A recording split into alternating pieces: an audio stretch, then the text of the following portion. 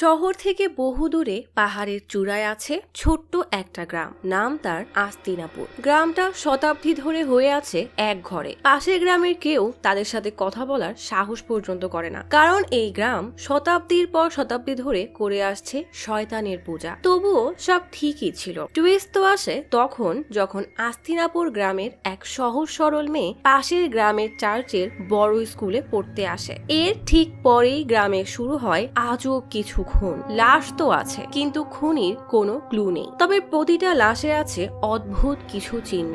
আরো অবাক করা বিষয় হলো, লাশগুলো দিনের পর দিন না পচে জীবিত মানুষের মতোই থেকে যায়। আর যে বা যারা এই লাশগুলোর রহস্য খোঁজার সাহস করে, পর মুহূর্তেই তাদের নিজেদেরই হয়ে যেতে হয় লাশ। তাহলে কি এই খুনের রহস্য আজীবন রহস্যই থাকবে, নাকি এই রহস্যের সমাধান করতে গিয়ে ফিরে আসবে অতীতের পাপের বিভৎস রহস্য?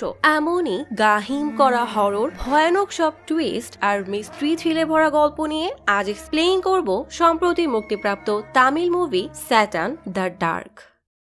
সালটা 1600। তখন দক্ষিণ ভারত ছিল প্রাকৃতিক সম্পদে পরিপূর্ণ। মেনে মাত্র ছোট বন্দরকে ইস্ট ইন্ডিয়া কোম্পানি লবঙ্গ আর এলাচ রপ্তানির কাজে ব্যবহার করত। তখন তাদের নজর পড়ে তামিলনাড়ু আর কেরালা বর্ডারে, যেখানে প্রচুর পরিমাণের লবঙ্গ আর এলাচের ফলন হতো। ধীরে ধীরে তারা এই এলাকায় তাদের ভাষার শিক্ষা আর খ্রিস্টান ধর্ম ছড়িয়ে দিতে শুরু করে। পুরো তামিলনাড়ুকে তাদের নিয়ন্ত্রণে নেওয়ার জন্য তাদের ধর্ম আর প্রশাসনিক ব্যবস্থা ছড়িয়ে দেয়। 1880 সালে জিউস গোত্রের ফার্নান্দেস নামের একজন তার দলের সাথে ধর্মপ্রচারক হিসাবে ভারতে আসে। তারা বিভিন্ন পাহাড়ি এলাকার অশিক্ষিত জনগোষ্ঠীকে তাদের টার্গেট বানায়। এই এলাকার মধ্যে আস্তিনাপুর, কাল্লুকুড়ি আর মিঠাকারাই গ্রাম ছিল। ধীরে ধীরে তারা তাদের কালো জাদুর জ্ঞান আর ডাইনিবিদ্যা সাধারণ মানুষের মাঝে খ্রিস্টান ধর্ম হিসাবে ছড়িয়ে দেয়। গ্রামের পণ্ডিতরা মিলে তাদের বিরুদ্ধে প্রতিবাদ করলে ফার্নান্দেসের তরুণ সহকারী আর্মেলিউস বেশ চিন্তায় পড়ে যায়, কারণ তাদের এই জাদুবিদ্যা সবার মধ্যে ছড়াতে হলে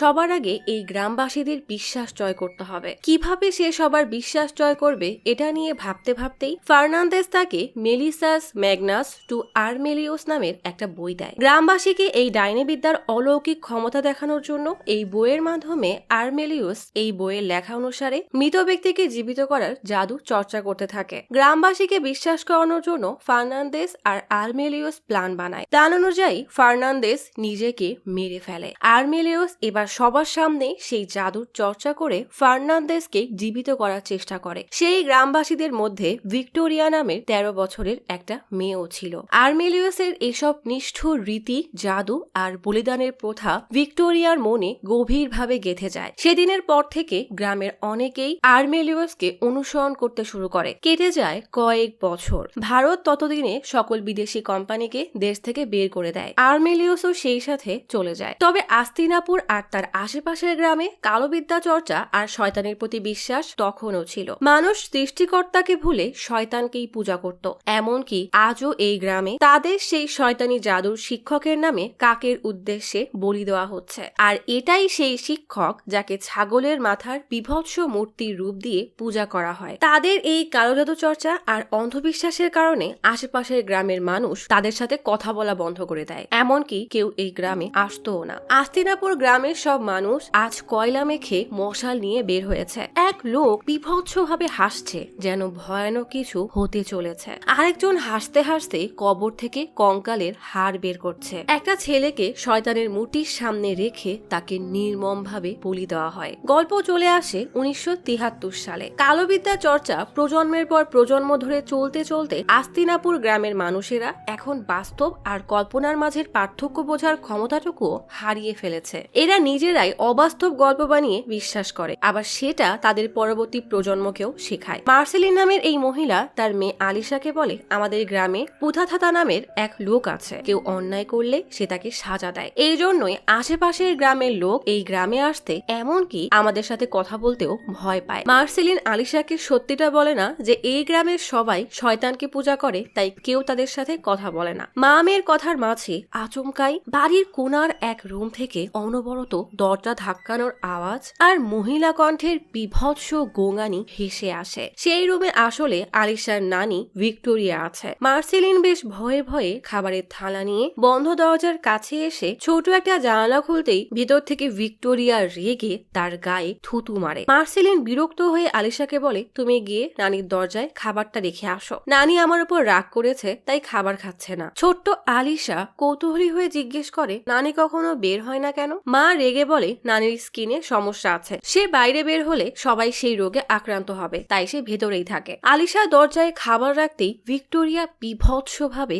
হাসতে থাকে। গল্প চলে আসে 1989 সালে। আলিশা তার ছোট বোন আইরিনকে নিয়ে বের হওয়ার আগে মাকে বলে, আজকাল কেন যেন অদ্ভুত সব চিন্তা মাথায় আসে, তুমি ঠিক আছো তো? মা বলে, আমি একদম ঠিক আছি, তুমি নিশ্চিন্তে স্কুলে যাও। আলিশা বলে, খবরদার তুমি এই বাসা থেকে বের হবে না। বলেই আইরিনকে নিয়ে হাসি মুখে মাকে বিদায় দিয়ে বের হয়ে যায়। সকাল সকাল মায়ের বকা খেয়ে যে ইচ্ছা করে স্কুলের জন্য লেট করে বের হচ্ছে তার নাম হলো সাগর। সাগর রোজ ইচ্ছা করে মা আর স্কুলের টিচারের কাছে বকা খায়, কারণ সে বকা খেলে তবেই আলিশা তার দিকে তাকায়। ছোটবেলা থেকেই তারা একসাথে পড়লেও আলিশার সাথে তার তেমন একটা কথা হয় না। রোজকারের মতো সাগর দেরি করে ক্লাসে ঢুকতেই টিচার তাকে বকা দেয়। সাগর গিয়ে লাস্ট বেঞ্চে বসতেই তার বেস্ট ফ্রেন্ড মুরলি বলে, মাদার বলেছে এই টার্ম মানে এই বছরের পরীক্ষাগুলো শেষ হতেই আমাদেরকে ছুটি দিয়ে দেওয়া হবে, যেন আমরা 12 এর জন্য ভালো করে পড়তে পারি। ক্লাস শেষে দলের একমাত্র মেয়ে বান্ধবী মনি বলে, এটাই আমাদের স্কুলের শেষ বছর, এরপর হয়তো আর দেখাও হবে না, তাই তোর উচিত আলিশাকে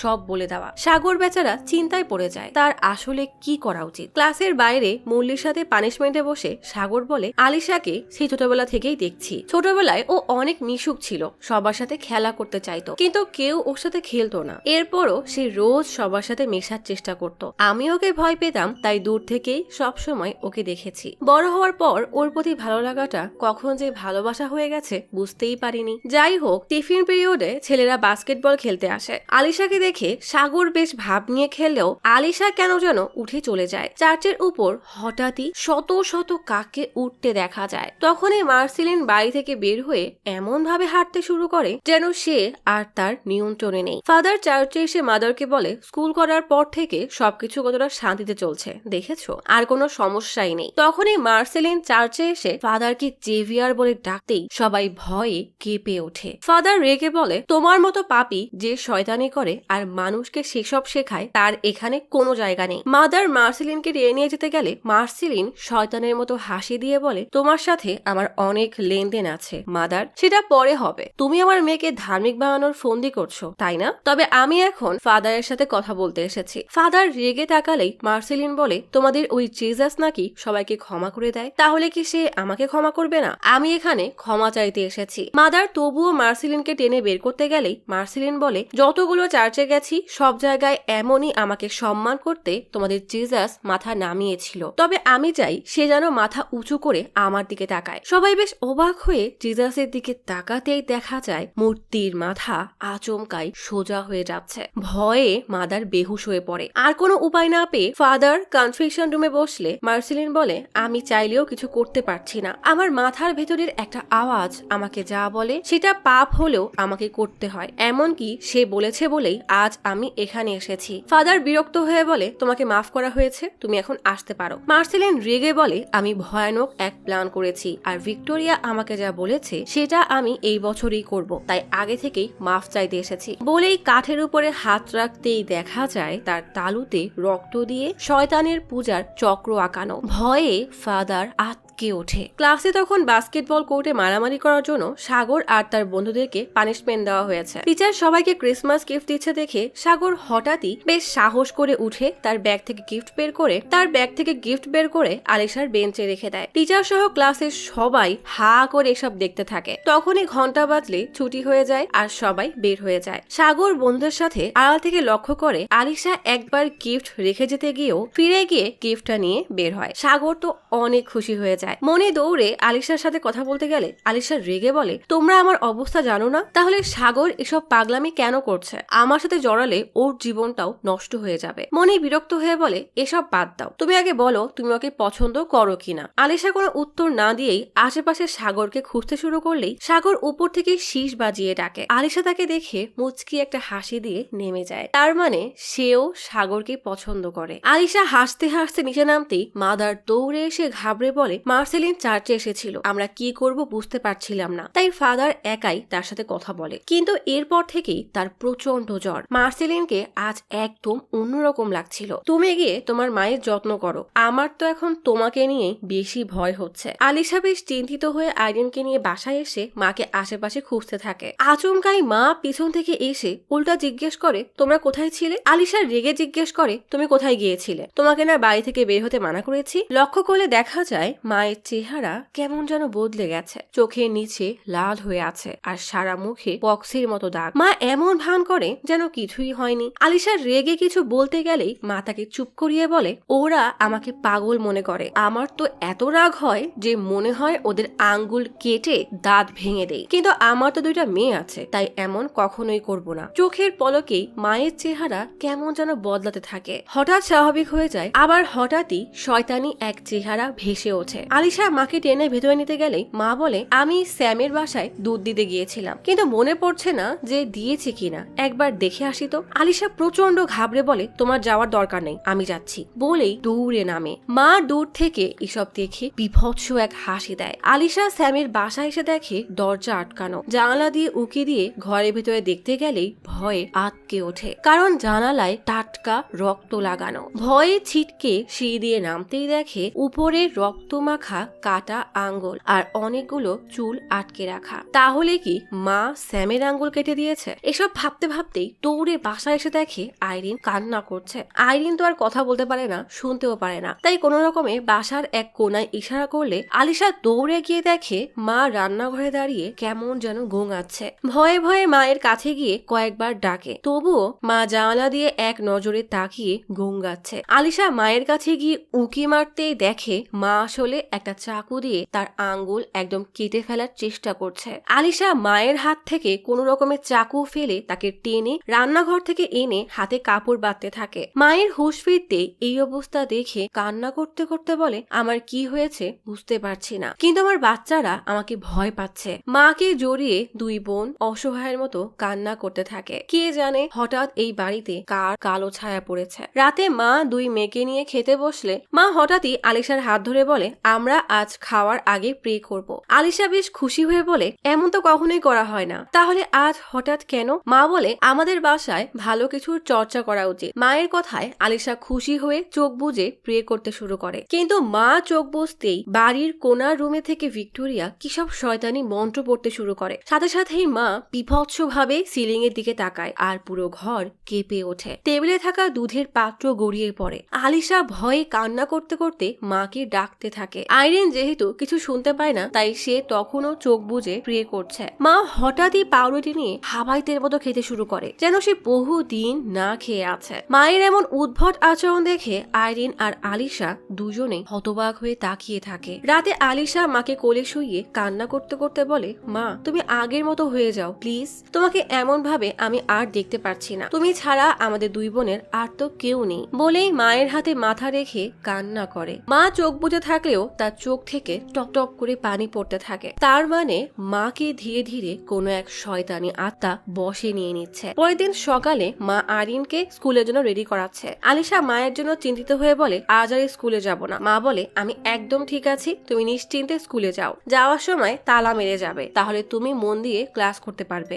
আলিশা হতবাক হয়ে বলে, আমি তোমাকে তালা মেরে কিভাবে যাব? এটা সম্ভব না। হঠাৎই মা আলিশার মুখের কাছে গিয়ে কেমন যেন অস্বাভাবিক ভাবে বলে, যা বলেছি তাই করো। আলিশা তবুও রাজি না হলে মা বলে, যদি তুমি তালা না মারো তাহলে ভাববো তুমিও আমাকে বাকিদের মতো পাগল মনে করো। বাধ্য হয়ে আলিশা গেটে তালা মেরে স্কুলে আসে। ক্লাসে টিচার একটা ছবি আঁকিয়ে সবাইকে তার মতো আঁকাতে বলে। আলিশা মন দিয়ে আর্ট করছিল। হঠাৎই সে তার বাম কানে তীক্ষ্ণ আওয়াজ পেয়ে বেশ ঘাবড়ে যায়। আলিশা বিরক্ত হয়ে তার কাজে মন দিতেই ক্লাসের সবকিছু কেমন যেন থমকে যায়। আলিশা হতবাক হয়ে তাকিয়ে দেখে সে বাদে সবাই একদম স্ট্যাচু হয়ে গেছে। তাড়াতাড়ি তাড়াতাড়ি নিজের জায়গায় বসে চোখ ডোলে আবারও তাকালে দেখে সবই ঠিক আছে। এসব ভুলে মন দিয়ে আর্ট করতে থাকলে হঠাৎই লক্ষ্য করে তার হাত একা একাই চলছে। ভয়ে তার চোখ ছানা বড়া হয়ে যায়, চোখের মণিগুলো একা একাই নড়তে শুরু করে। আস্তিনাপুর গ্রামে স্যামের বাড়িতে তখন স্যামের স্ত্রী রান্নাঘরে তার মেয়ে অ্যাঞ্জেলের জন্য খাবার বানাতে বানাতে মেয়েকে হামটি ডামটি কবিতা শেখাচ্ছে। হঠাৎই মেয়ের কোনো সাড়া না পেয়ে খুঁজতে এসে দেখে অ্যাঞ্জেল সারা বাড়ির কোথাও নেই। জলদি স্যামকে ঘুম থেকে উঠিয়ে অ্যাঞ্জেলকে খুঁজতে গেলে বাইরে থেকে অ্যাঞ্জেলের কান্নার আওয়াজ পেয়ে দৌড়ে দুইজন আলিশাকে বাইরে খুঁজতে গেলেই ভিতর থেকে অশরীরী কণ্ঠে কাউকে অ্যাঞ্জেলের সাথে হামটি ডামটি কবিতা বলতে শোনা যায়। স্যাম আর তার স্ত্রী দৌড়ে ঘরের ভেতরে আসতেই দরজা আপনা আপনি বন্ধ হয়ে যায়। দুজনে দৌড়ে এক জানালার কাছে আসতেই দেখে অ্যাঞ্জেল কান্না করতে করতে এগোচ্ছে। সামনে অ্যাঞ্জেলের মায়ের মতো দেখতে একটা মহিলা হারিকেন নিয়ে দাঁড়ানো। অ্যাঞ্জেলের মা চিৎকার করে অ্যাঞ্জেলকে ডাকে, কিন্তু অ্যাঞ্জেল যেন শুনতেই পাচ্ছে না। অ্যাঞ্জেল মহিলাটার কাছে যেতেই দেখা যায় এই মহিলা আসলে আলিশার মা মার্সেলিন, যে কবর থেকে উকি দিচ্ছে, মুখে শয়তানি এক হাসি। উদ্ভট এই দৃশ্য দেখে আলিশা ক্লাসের মধ্যেই জোরে চিৎকার করে ওঠে। সবাই হতবাক হয়ে তাকে দেখলে টিচার রেগে বলে, এসব মানসিক রোগীকে স্কুলে কেন ভর্তি করা হয় কে জানে।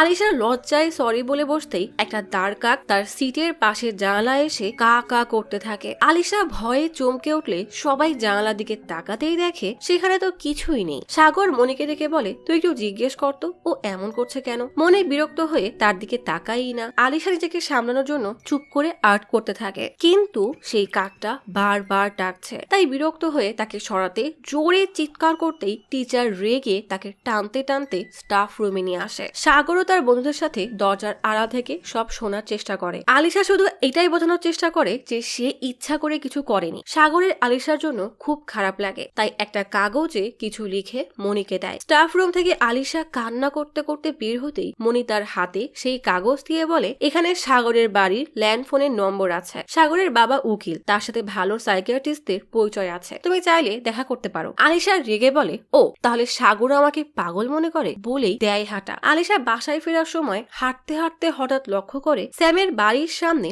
অনেক ভিড় ঠেলে ভেতরে যেতেই দেখা যায় অ্যাঞ্জেলের মা আর স্যাম কান্না করছে, কারণ অ্যাঞ্জেলকে কোথাও পাওয়া যাচ্ছে না। অ্যাঞ্জেলের মা কান্না করতে করতে হঠাৎ আলিশার দিকে কেমন ভাবে যেন তাকায়। তাহলে কি আলিশা যা দেখেছিল সব সত্যি? আলিশা আইরিনকে নিয়ে দৌড়ে বাড়ি ফিরে তালা খুলে ভেতরে ঢুকতে গেলেই দরজা এত জোরে আটকে থাকে যে সে জোরে ধাক্কা দিয়েও খুলতে পারে না। আচমকাই মা এসে দরজা খুলে কেমন যেন শয়তানের মতো হাসতে হাসতে তাদের দিকে তাকায়। আলিশা রেগে জিজ্ঞেস করে, সত্যি করে বলো, তুমি কি বাইরে গিয়েছিলে? মা রহস্যময় এক হাসি দিয়ে বলে, আমি তো বাড়িতেই ছিলাম, আজ আইরিনের পছন্দের খাবার রান্না করেছি। আলিশার তবুও মাকে নিয়ে সন্দেহ হতে থাকে।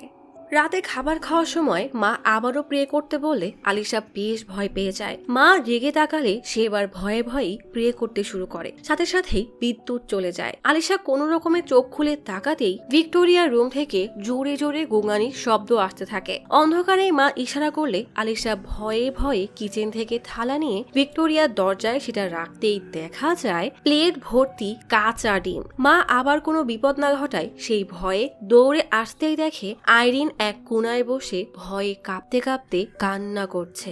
আলিশা ইশারায় জিজ্ঞেস করতেই আইরিন পাশের একটা রুম দেখিয়ে দেয়, কিন্তু আলিশা সারা বাড়ি খুঁজেও মাকে পায় না। তাই আইরিনকে বলে, তুমি রুম থেকে বের হবে না। এরপর ড্রয়িং রুমে আসতেই শুনে দরজার পেছন থেকে কেমন যেন শব্দ হচ্ছে। দরজার সরাতেই দেখে মা দেওয়ালের দিকে মুখ করে কি যেন একটা করছে। মাকে বারবার ডাকলেও শোনে না। মায়ের কাছে যেতে গেলেই আচমকাই ঘরের সব জিনিস একা একাই পড়তে থাকে। বন্ধ ঘরের মধ্যে থেকে একটা দাঁড় কাক উড়ে চলে যায়। আলিশা ঠিক বুঝে উঠতে পারে না সে কি করবে। তখনই লক্ষ্য করে মা আসলে এতক্ষণ ধরে দাঁত ওঠানোর কাঁচি দিয়ে টেনে দাঁত তুলছিল। দাঁতটা পড়ে যেতেই মা হঠাৎই আলিশার কাছে এসে তার উপরে পড়ে যায়। সারা মেঝেতে রক্ত। আইরিন ভয়ে দৌড়ে আসতেই আলিশা ইশারায় কাউকে কল দিয়ে ডাকতে বলে। আইরিন অনেক খুঁজে আলিশার ব্যাগে সাগরের নম্বর পেয়ে কল দেয়, কিন্তু কেউ কল রিসিভ করে না। আলিশা কোনো রকমে মাকে নিয়ে বিছানায় শুইয়ে দেয়। তখনই গ্রামের গ্রামের লোকজন এসে জোরে জোরে দরজা ধাক্কালে আলিশা দ্রুত ঘরে সব ঠিক করে। মেঝের রক্ত মুছে দরজা খুললেই লোকজন সারা ঘরে কি যেন খুঁজতে থাকে। একজন আলিশাকে জানায় একটা বাচ্চাকে পাওয়া যাচ্ছে না, তার বাবা মায়ের সন্দেহ তোমার মা এসব করেছে, তাই খুঁজতে এসেছে। পরের দিন সকালে আবারও স্কুলের চার্চের উপরে শত শত কাককে উঠতে দেখা যায়। চার্চে পুলিশ এসেছে। আসলে আজ সকালে চার্চের ফাদারের উপর করা লাশ পাওয়া গেছে। মাদার ইন্সপেক্টরকে বলে এখন আমরা স্কুলে সব জানালে বাচ্চাদের পড়ালেখা বন্ধ হয়ে যাবে, তাই এই খবর গোপন রাখতে হবে। আর আপনি দয়া করে পোস্টমর্টম করবেন না, কারণটা আমি বলে বোঝাতে পারবো না, তবে এইটুকু জেনে রাখেন পোস্টমর্টম করলে অনেক সমস্যা হবে। ইন্সপেক্টর রেগে বলে ব্যক্তিগত কারণে পোস্টমর্টম বন্ধ করব তা সম্ভব না। কে খুন করলো আর কেন খুন করলো তা জানতে হলে পোস্টমর্টম তো অবশ্যই করতে হবে। স্কুল ছুটি শেষে আলিশা বেশ ভয়ে তাড়াহুড়োয় আইরিনকে নিয়ে বাসায় ফেরার সময় হঠাৎ একটা কাক আলিশার কানে ঠোকর দিয়ে চলে যায়। আলিশা কানে হাত দিয়ে দেখে রক্ত পড়ছে। তখনই উপর থেকে তার সামনে মানুষের একটা চোখ পড়লে আলিশা ভয়ে চিৎকার করে আইরিনকে নিয়ে দৌড়ে বাসার দিকে যায়। বাসায় এসে দেখে তার মা দেওয়ালে মাথায় বাড়ি দিচ্ছে। আলিশা বিরক্ত হয়ে বলে আমি যখনই দেখি তুমি এমনই উদ্ভট সব কাজ করো, এভাবে চলতে থাকলে আমি আইরিনকে নিয়ে চলে যাব। এই কথা শোনা মাত্রই দেয়ালের ছবিটা একা একাই পড়ে যায়। আলিশা তার মা মার্সেলিনের কাছে হাত রেখে জিজ্ঞেস করে তুমি ওড়না দিয়ে মুখ পেঁচিয়ে রেখেছো কেন? হঠাৎ মার্সেলিন আলিশার দিকে ঘুরেই জোরে গলা চেপে ধরে। তার বাম চোখটা উপড়ে ফেলা হয়েছে, সেখান থেকে এখনো রক্ত পড়ছে। তার মানে একটু আগে কাক মার্সেলিনের চোখই ফেলে গিয়েছে। মার্সেলিন আলিশার গলা ধরে শূন্যে উঁচু করে ধরে। মায়ের এমন বিভৎস রূপ দেখে আইরিন আবারও সেই নাম্বারে মানে সাগরকে কল দেয়, কিন্তু বেচারি ভয়ে কিছুই বলতে পারে না। চার্চ থেকে লাশ নিয়ে যাওয়ার সময় একজন নান দৌড়ে এসে ইন্সপেক্টরকে বলে থানা থেকে আপনাকে কল দিয়েছে। ইন্সপেক্টর কল রিসিভ করলে অপর পাশ থেকে জানায় গ্রামের বাইরে দুজনের লাশ পাওয়া গেছে।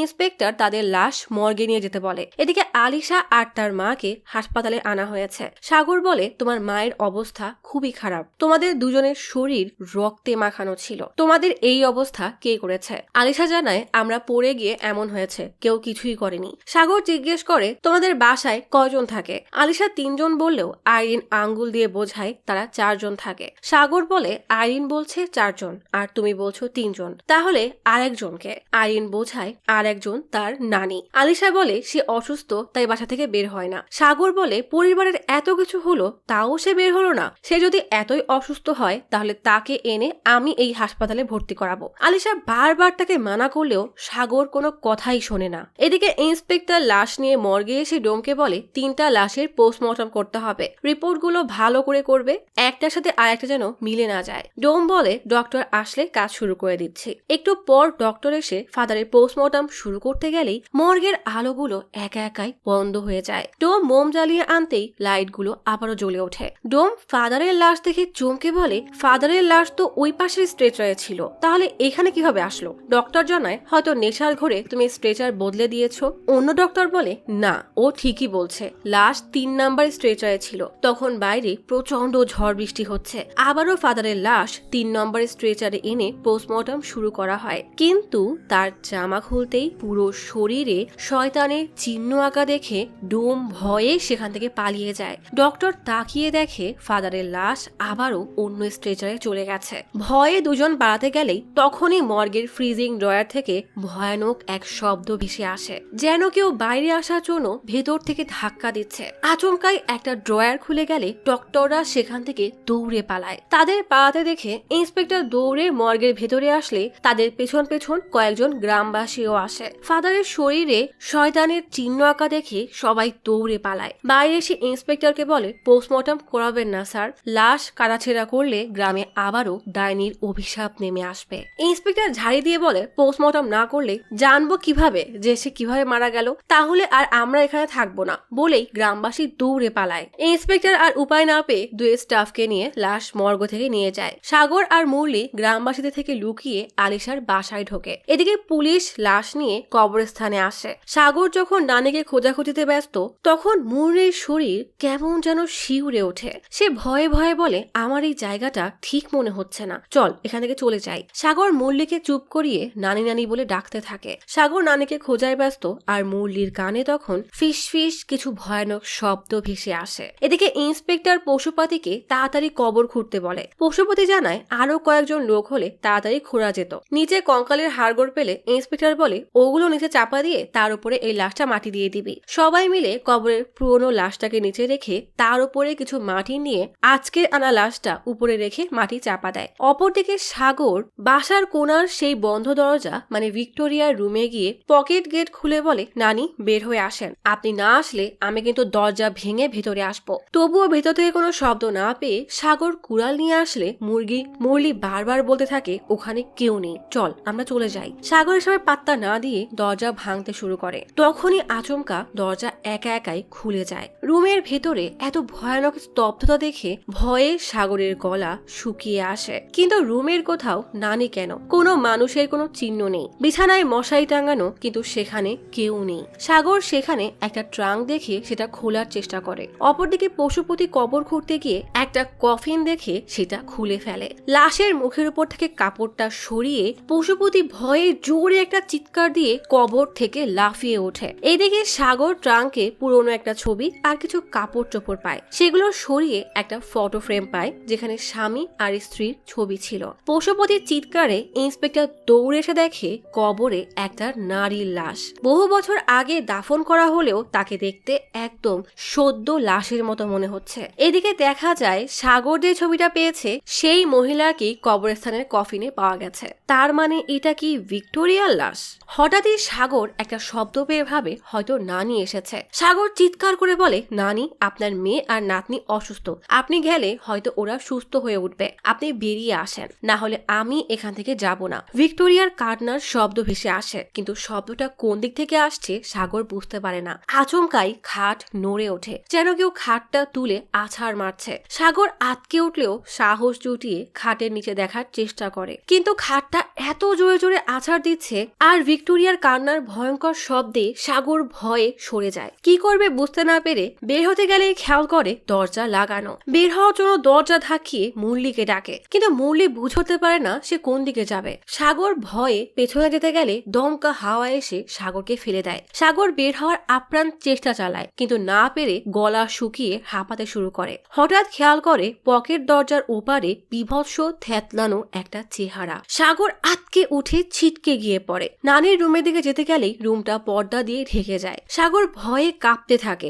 হঠাৎই আপনা আপনি দরজা খুলে যায়। সাগর সাথে সাথেই দৌড়ে বেরিয়ে এসে মুরলিকে নিয়ে ছিটকে গিয়ে পড়ে। অপরদিকে কয়েকজন গ্রামবাসী এক জায়গায় জড়ো হয়ে মশাল জ্বালিয়ে কি যেন করছে। তখনই ঘরের ভিতরে কাক আর কবুতর ডাকতে থাকলে মুরলি আর সাগর সহ্য করতে না পেরে নিজেদের কান চেপে চিৎকার করতে থাকে, কিন্তু তাদের চিৎকার শোনার মতো কেউ নেই। বেশ কিছুক্ষণ পর শব্দ থামলে মুরলি লক্ষ্য করে দেয়ালে টাঙানো ক্রুশ উল্টে যাচ্ছে। তখনই বাইরে থেকে দুইবার ঘন্টা বাজার শব্দ আসতেই মুরলি কেমন যেন হয়ে যায়। সাগর এই ভুতুরে বাসা থেকে বের হওয়ার চেষ্টা করলেও মুরলি চুপচাপ দাঁড়িয়ে থাকে, যেন সে আর তার নিয়ন্ত্রণে নেই। সাগর বিষয়টা খেয়াল করে মুরলিকে জিজ্ঞেস করে কি হয়েছে।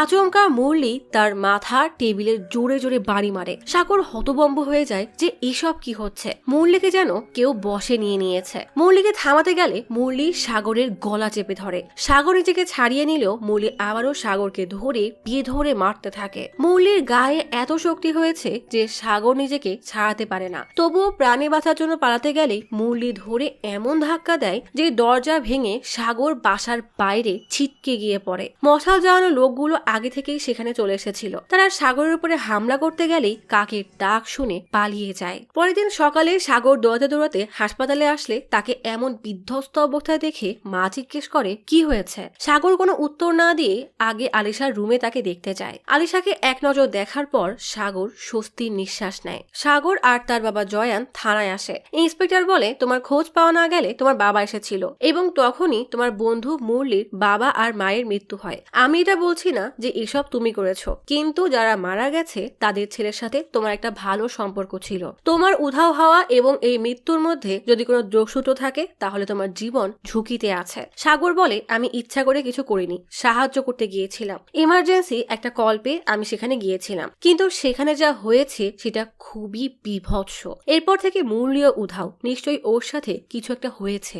ইন্সপেক্টর কনস্টেবলকে ডেকে চেক করতে বলে যে আস্তিনাপুর থেকে কোনো কেস এসেছিল কিনা। ইন্সপেক্টর জয়ানকে বলে দেখো ওই গ্রামের মানুষজন ভালো না, যদি কোনো ভূতপ্রেত সেখানে থাকে তাহলে সেটা স্বীকার করবে না। সেখানে কি হয়েছিল কেউ জানে না, তাই ওই গ্রাম আর গ্রামের মানুষ কখনোই থানায় কোনো কেস করেনি। কনস্টেবল চিৎকার করে বলে, আমি একটা ফাইল পেয়েছি। ইন্সপেক্টর সেটা আনতে গেলেই খেয়াল করে ফাইলের সেলফ সব পড়ে গেছে। ইন্সপেক্টর কোনো রকমে সব সরিয়ে কনস্টেবলকে তুলে ফাইলটা নিয়ে পড়ে দেখে। সাগর টেবিলে থাকা পোস্টমর্টমের ছবিগুলো ভালো করে লক্ষ্য করে। এদিকে ইন্সপেক্টর ফাইলের মধ্যে একটা টেপ রেকর্ডার পেয়ে সেটা চালু করে। রেকর্ডটা ছিল আস্তিনাপুর গ্রামের মর্গের। ডক্টর আলফানোস তার টিম নিয়ে এক লাশের পোস্টমর্টম করছে। নাভালোরে অজানা এক কারণে অসংখ্য মৃত্যু হচ্ছিল। কারণ জানতে মাদ্রাজ সরকার এই কেস আলফানোসকে সোপর্দ করে। প্রথম থেকে প্রতি সপ্তাহে একটা লাশ আসতো। ধীরে ধীরে এই সংখ্যা বাড়তে থাকে। কিন্তু অবাক করা ব্যাপার হলো, কয়েকদিন পার হলেও কোনো ডেড বডি পচার কোনো লক্ষণই ছিল না।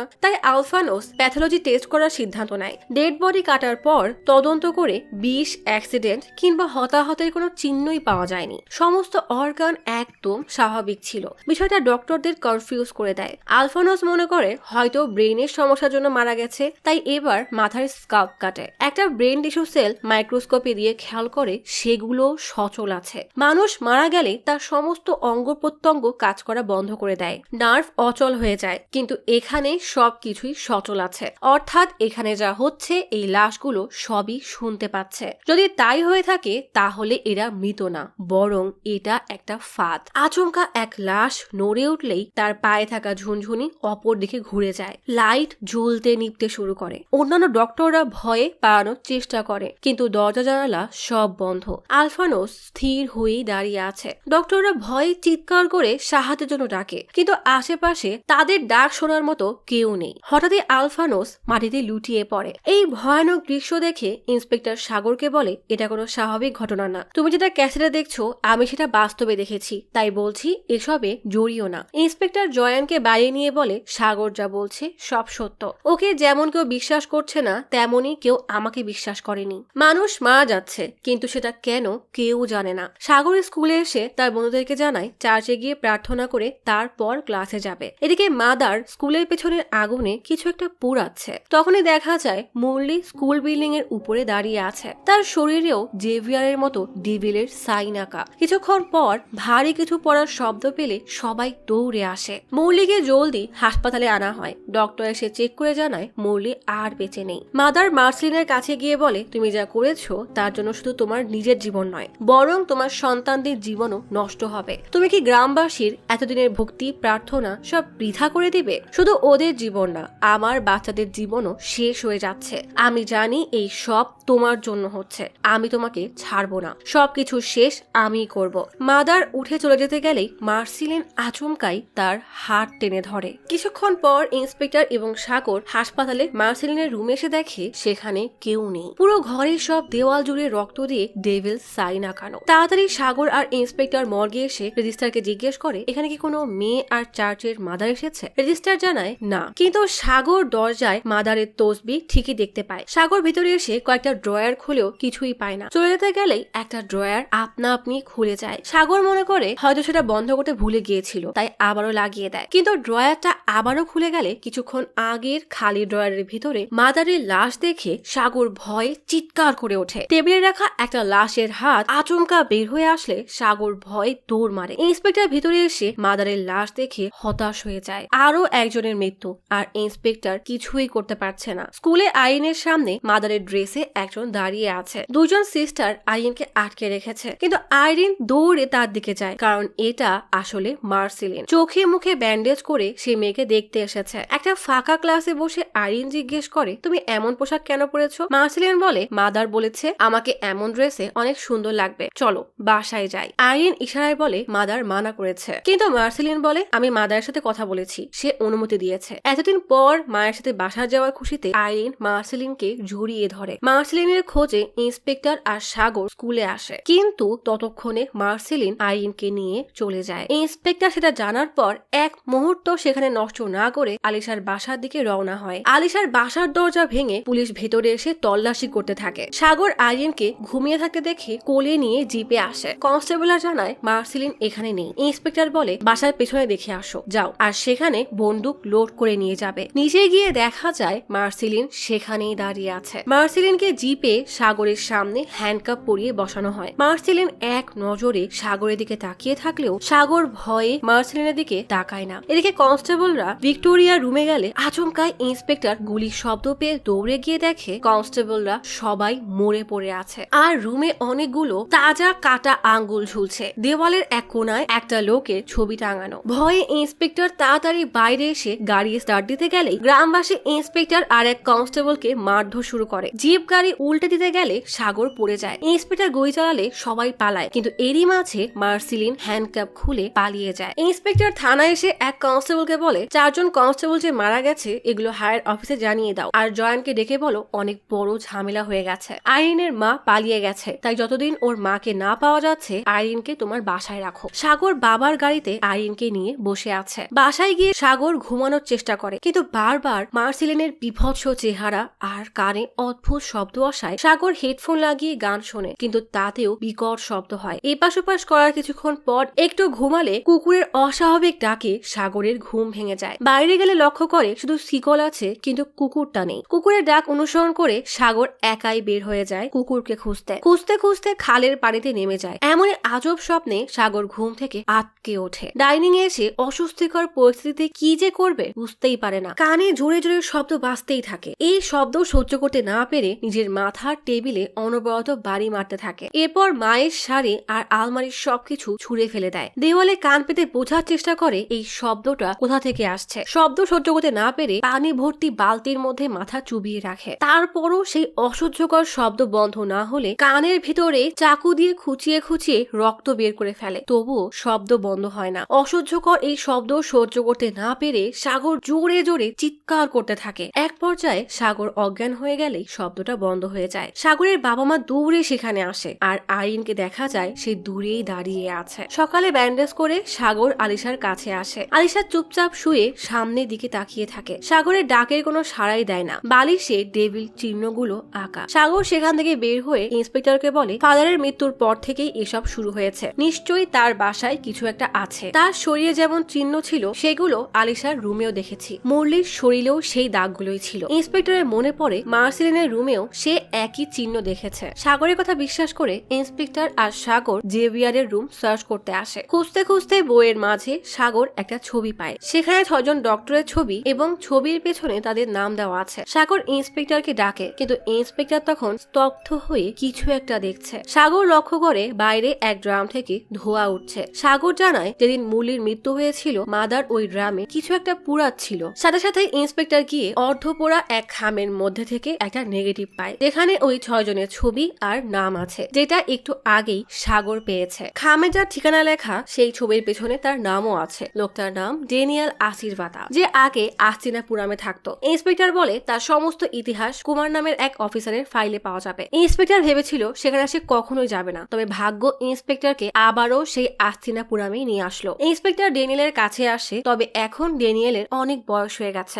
অসুস্থ হওয়ার কারণে সে বিছানা থেকে উঠতেও পারে না। সাগর আস্তিনাপুর নাম বলতেই ড্যানিয়েলের চেহারায় এক আতঙ্ক ফুটে ওঠে। ড্যানিয়েল বলে, আমি কিছু জানি না, আর জানলেও বলবো না। ইন্সপেক্টর 6 জন ডক্টরের সেই ছবি দেখিয়ে জিজ্ঞেস করে, এদেরকে চেনো? ফাদার জেভিয়ার এবং তোমার কলিগ মাদার শিলা মারা গেছে। ড্যানিয়েল বলে, তাতে আমার কি? সাগর বলে, একদিন আমি আর আমার বন্ধু আস্তিনাপুর গিয়ে খুবই অদ্ভুত আর ভয়ানক কিছু দেখেছি। তারপরে আমার বন্ধুর বাবা মা অজানা এক কারণে মারা যায়। তার 2 দিন পর আমার বন্ধুও মারা যায়। তবে ড্যানিয়েল কিছুতেই মুখ খুলতে চায় না। ইন্সপেক্টর জানায় গ্রামে আরো অনেক মৃত্যু হয়েছে, সবগুলোই বিভৎস ভাবে। এগুলো একে অপরের সাথে জড়িত। সব মৃত্যুতেই পাওয়া গেছে ডেভিলের চিহ্ন। সাগর ড্যানিয়েলের রুমের তাক থেকে কিছু কাগজ পেয়ে সেগুলো ইন্সপেক্টরকে দেখায়। ইন্সপেক্টর খেয়াল করে এখানে সেই চিহ্নগুলোই আঁকা। ড্যানিয়েলকে জিজ্ঞেস করে, তুমি একবার বলেছিলে এগুলো থেকে মুক্ত হওয়া সম্ভব, আমাদেরকে বলো সেটা কিভাবে সম্ভব। ড্যানিয়েল বলে, তোমাদের যা দেখার ছিল না তোমরা তা দেখে ফেলেছো, আর এখন সেটা জানতে চাচ্ছ যা তোমাদের জানা উচিত না। এটা কোনো সাধারণ ব্যাপার না, এটা মৃত্যু, আর এই সব কিছুর জন্য ওই দায়ী। ইন্সপেক্টর জিজ্ঞেস করে, কে? মার্সেলিন? ড্যানিয়েল বলে, না, ওর নাম ভিক্টোরিয়া। ভিক্টোরিয়া এমন একজন মানুষ ছিল যার ভক্তি শক্তি ওই গ্রামে সবচেয়ে বেশি ছিল। নিশ্চয়ই মনে আছে ইন্সপেক্টর সেদিন কবর খুঁড়তে একটা অখ্যাত লাশ পেয়েছিল, সেটাই হলো আলিশার নানি ভিক্টোরিয়ার লাশ। গল্প চলে আসে 1950 সালে আস্তিনাপুর গ্রামে। গ্রামটা তখন বেশ সমৃদ্ধশালী, তবে গ্রামের মানুষজন শয়তানকে অন্ধের মতো বিশ্বাস করত। আস্তিনাপুরামের লোকেরা কাকের মতো দেখতে অসুরকে পূজা করত। তারা পশু বলি দিয়ে কাককে খাওয়াতো। সব দুঃখ কষ্ট মোচন হবে সেই আশায় কেউ তাদের বিশ্বাস ভঙ্গ করতে পারত না। পশুর সাথে সাথে মাঝে মাঝে তারা নিজেদেরকেও বলি দিত। বলি দেওয়া দেহ মূর্তির সামনে রাখতেই কাক এসে খেয়ে যেত। কিন্তু ভিক্টোরিয়া ছিল এদের থেকে একেবারেই ভিন্ন। ভিক্টোরিয়ার স্বামী আব্রাহাম তখন বেশ অসুস্থ ছিল, সে প্রায় মৃত্যু পথযাত্রী। তাদের একটা সন্তান ছিল। আব্রাহাম ধর্মপ্রচারক হিসেবে কাজ করত। গ্রামে একমাত্র ভিক্টোরিয়ার পরিবারই সৃষ্টিকর্তাকে বিশ্বাস করত। আব্রাহাম অসুস্থ থাকলেও ভিক্টোরিয়া চার্চে যেত। ফাদার ভিক্টোরিয়াকে সান্ত্বনা দিয়ে বলে সব ঠিক হয়ে যাবে এবং তাদের সন্তানের নাম রাখে মার্সেলিন। ভিক্টোরিয়া এই নামে ভীষণ খুশি হয়ে আব্রাহামকে জানায় ফাদার আগামীকাল আসবে। ভিক্টোরিয়া ভেবেছিল আব্রাহামকে ছাড়া চার্চে গেলে গ্রামবাসী ঝামেলা করতে পারে, কিন্তু তেমন কিছুই হয়নি। তখন ভিক্টোরিয়া বাইরে মানুষের শোরগোল শুনতে পায়। পাশের বাসায় এক দম্পতি জন্ম দেওয়া নবজাতক অসুস্থ, তাই সবাই ভিড় জমিয়েছে। কাক দেবতাকে বলে দেওয়ার পরও তাদের সন্তান অসুস্থ, তাই সবাই চিন্তিত। তখনই ভিক্টোরিয়া গিয়ে নবজাতকের মাথায় হাত বুলিয়ে জিজাসের নামে প্রার্থনা করে বলে ও সুস্থ হয়ে যাবে, চিন্তা করো না। বাচ্চার বাবা অন্য দেবতার নাম শুনে রেগে ভিক্টোরিয়ার পেটে লাথি মেরে বলে তোর স্বামী মারা যাচ্ছে, আবার এসেছিস আদি খেতে দেখাতে। ভিক্টোরিয়া হাল না ছেড়েও সেই অবস্থাতেই চিৎকার করে বলে জিজাদের উপরে বিশ্বাস আনো, সব ঠিক হয়ে যাবে। কয়েকজন ভিক্টোরিয়াকে ধরে সেখান থেকে সরিয়ে নিয়ে যায়। রাগ আর চিন্তায় লোকটা কাকের মূর্তির সামনে এসে বলিদান হিসাবে নিজের জিহ্বাই কেটে ফেলে। ব্যথায় কাটরাতে কাটরাতে তার চোখ উল্টে সাদা হয়ে যায়। এবার সে নিজের গলা কেটে নিজেকেই বলি দিয়ে দেয়। লোকটার স্ত্রী ন্যান্সি স্বামীর মৃত্যুতে কান্না শুরু করলে গ্রামবাসী ন্যান্সিকে সান্ত্বনা দিয়ে বলে কান্না করো না, তোমার স্বামী কাক দেবতার কাছে গেছে, ওর বলিদানের মাধ্যমে আমাদের মঙ্গল হবে। এই ঘটনার পর কয়েক মাস পার হয়ে যায়। আব্রাহাম আরো অসুস্থ হয়ে পড়েছে। ভিক্টোরিয়া তার স্বামীকে বাঁচাতে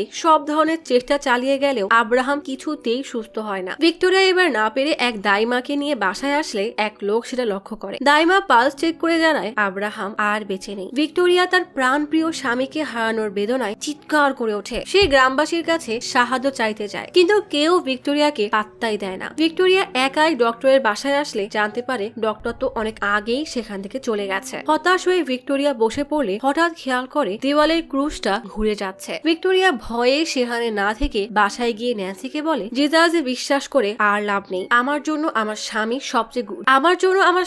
সবচেয়ে গুরুত্বপূর্ণ বলে স্বামীর লাশকে কাপড়ে বাঁধে। এরপর লাঠিতে বাঁধিয়ে এক মাথা ভিক্টোরিয়া আর অন্য মাথা বাচ্চা কোলে নিয়ে ন্যান্সিকে ধরিয়ে ভিক্টোরিয়া জঙ্গলের দিকে হাঁটা শুরু করে। কুকুরের ডাকে ন্যান্সি বলে আমার ভয় করছে। ভিক্টোরিয়া গুরুত্ব না দিয়ে কাক দেবতার মূর্তির সামনে আসে। মাটি খোঁড়া শুরু করতেই ন্যান্সি বলে তোমার এই রূপ দেখে আমার অনেক ভয় করছে, তোমার স্বামীকে তো ফিরিয়ে আনতে পারবে না, বাচ্চাটার কথা একবার ভাবো। স্বামীর শোকে ভিক্টোরিয়ার মন যেন পাথর হয়ে গেছে। সে কোনো দয়া মায়া ছাড়াই বলে আমরা কষ্টের মধ্যে বেঁচে থাকি শুধু রাগ, হিংসা আর প্রতিশোধ নিয়ে। তারপর ধর্ম এসে আমাদেরকে ভাগ করে দেয়। আমি সবসময় বলতাম জিজাস আমাদের মঙ্গল করবে, তাহলে আমাদের কষ্ট কেন দিয়েছে? কষ্ট নিয়ে যদি আমাদের বাঁচতে হয় তাহলে আর জেজাসকে বিশ্বাস করার কি দরকার? 16 বছর বয়স পর্যন্ত আমি তোমার মতোই ছিলাম, তারপর জেজাসে বিশ্বাস করা শুরু করি, কিন্তু সে আমার স্বামীকে কেড়ে নিয়েছে। এখন জীবন ফিরিয়ে দিবে যাকে এতদিন আমি শয়তান ভাবতাম। ভিক্টোরিয়া একটা কবর খুঁড়ে লাশের উপর রাখা ম্যালিসাস ম্যাগনাসের সেই বইটা বের করলে ন্যান্সি বেশ ঘাবড়ে যায়। ভিক্টোরিয়া বইটা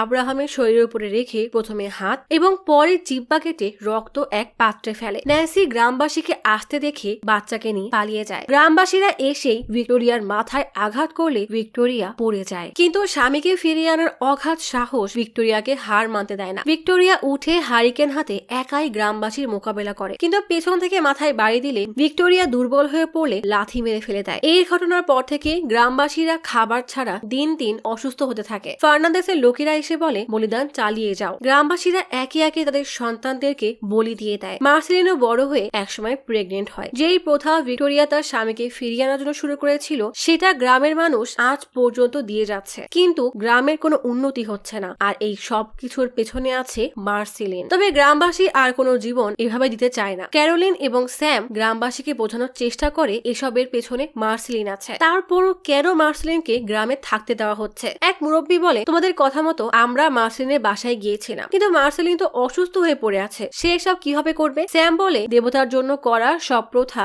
মার্সেলিন নিজ স্বার্থে ব্যবহার করছে। যদি বাকি বাচ্চাদের জীবন যায় তখন কি হবে? ড্যানিয়েল জানায় তার সাথে কাজ করা কিছু কলিগ রহস্যময়ভাবে মারা গেছে। সেদিন অটোপসি করার সময় আলফানোজের সাথে ড্যানিয়েলও ছিল, তবে ছোট একটা অ্যাক্সিডেন্টে সেদিন ড্যানিয়েল বেঁচে যায়। আস্তিনাপুর গ্রামের মানুষরা জাদুবিদ্যাকে অন্ধ বিশ্বাসের সাথে মিশিয়ে সেগুলোকে অনুসরণ করে। তাদের মধ্যে একজন নিজের শরীরকে আঘাত করে তাদের দেবতার প্রতি কাকদের উদ্দেশ্যে উৎসর্গ করে। প্রতি 10 বছরে একটা বলিদান দিতেই হয়। এভাবেই তারা এত বছর বেঁচে আছে। ফাদার জেভিয়ার এবং মাদার শিলা এটাকে গভীরভাবে বুঝতে পারত। এই জন্যই তারা চেয়েছিল এখানকার ছেলেমেয়েরা যেন শিক্ষিত হয় আর এসব অন্ধবিশ্বাস থেকে দূরে থাকে। মার্সেলিন যখন এসব জানতে পারে তখন সে তার সন্তানকে স্কুলে পাঠানো বন্ধ করে দেয়। এদিকে গ্রামে তখন স্যাম এবং ক্যারোলিন কোনোভাবেই গ্রামবাসীকে বোঝাতে পারছে না যে এসব ভিক্টোরিয়ার সন্তান মার্সেলিন করাচ্ছে। স্যাম জানায় তার মেয়ের মৃত্যুর সময় মার্সেলিনের বাসায় একই রকমের পুটলি দেখা যায়। গ্রামে যারা যারা মারা গেছে কিংবা উধাও হয়েছে সবার বাসায় একই রকমের পুটলি দেখা গেছে। স্যাম পকেট থেকে বের করে সেই গিফটটা দেখায়। ক্যারোলিন বলে বিশ্বাস না হলে মারা যাওয়া সকলের পরিবারকে ডাকেন, তাদের আপনজন মারা যাওয়ার সময় তারা মার্সেলিনকে দেখেছে কিনা। তারা যদি না বলে তাহলে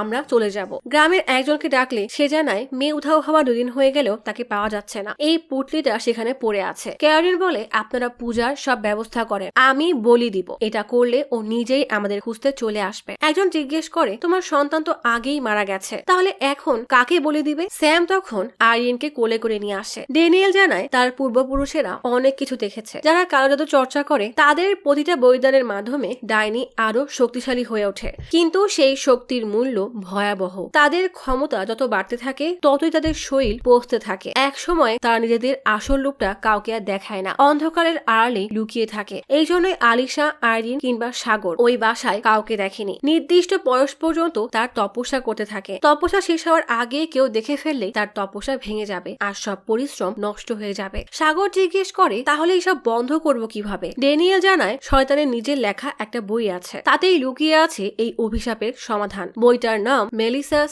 ম্যাগনাস। ডাইনির জন্ম কিভাবে হয়েছে এবং তার শেষ কিভাবে হবে সবকিছু ওই বইতেই লেখা আছে। ড্যানিয়েল এসব এজন্যই জানে কারণ 1950 সালে ড্যানিয়েলের মা দায় মা হিসাবে ওষুধি নিয়ে কাজ করত। অনেকে বলে ওই বই পুড়িয়ে দিলে সব ঠিক হয়ে যাবে, কিন্তু এত বছর ধরে গ্রামবাসী সেই বইকে রক্ষা করে আসছে, কারণ তারা বিশ্বাস করে ওটা শেষ হয়ে গেলে গ্রামও ধ্বংস হয়ে যাবে। ডাইনি ইচ্ছা করে তাদেরকে এটা বিশ্বাস করিয়েছে, এই জন্য গ্রামবাসী আজও সেই বইকে পাহারা দেয়। তবে বইটা একটা কবরে লুকানো আছে, গ্রামবাসী জানার আগেই তোমাদেরকে সেই বই খুঁজে বের করতে হবে। ইন্সপেক্টর এবং সাগর তার টিমকে নিয়ে কবর ঘোরার কাজে লেগে পড়ে। এদিকে দেখা যায় হাসপাতালের জানালার পাশে আলিশা দাঁড়িয়ে আছে, তার পাশেই একটা কাক অনবরত ডেকেই যাচ্ছে। আসলে একটা গাছকে শিকড় থেকে উপড়ে ফেলানো হোক না কেন, তার আশেপাশে গাছের কিছু বীজ পড়ে নতুন চারা গজাবেই। ঠিক তেমনি মার্সেলিন এখন সবার আড়ালে লুকিয়ে থাকলেও তার হয়ে কাজ করবে আলিশা। আসলে এটাই হচ্ছে ভিক্টোরিয়ার পরিবারের প্রতি অভিশাপ। সে মৃত্যুর সময় শয়তানের পূজা করে তাদের পুরো পরিবারের পরে এই অভিশাপ ডেকে এনেছে, আর এই অভিশাপ তার বংশের প্রত্যেকটা মেয়েকে ধাওয়া করে বেড়াচ্ছে।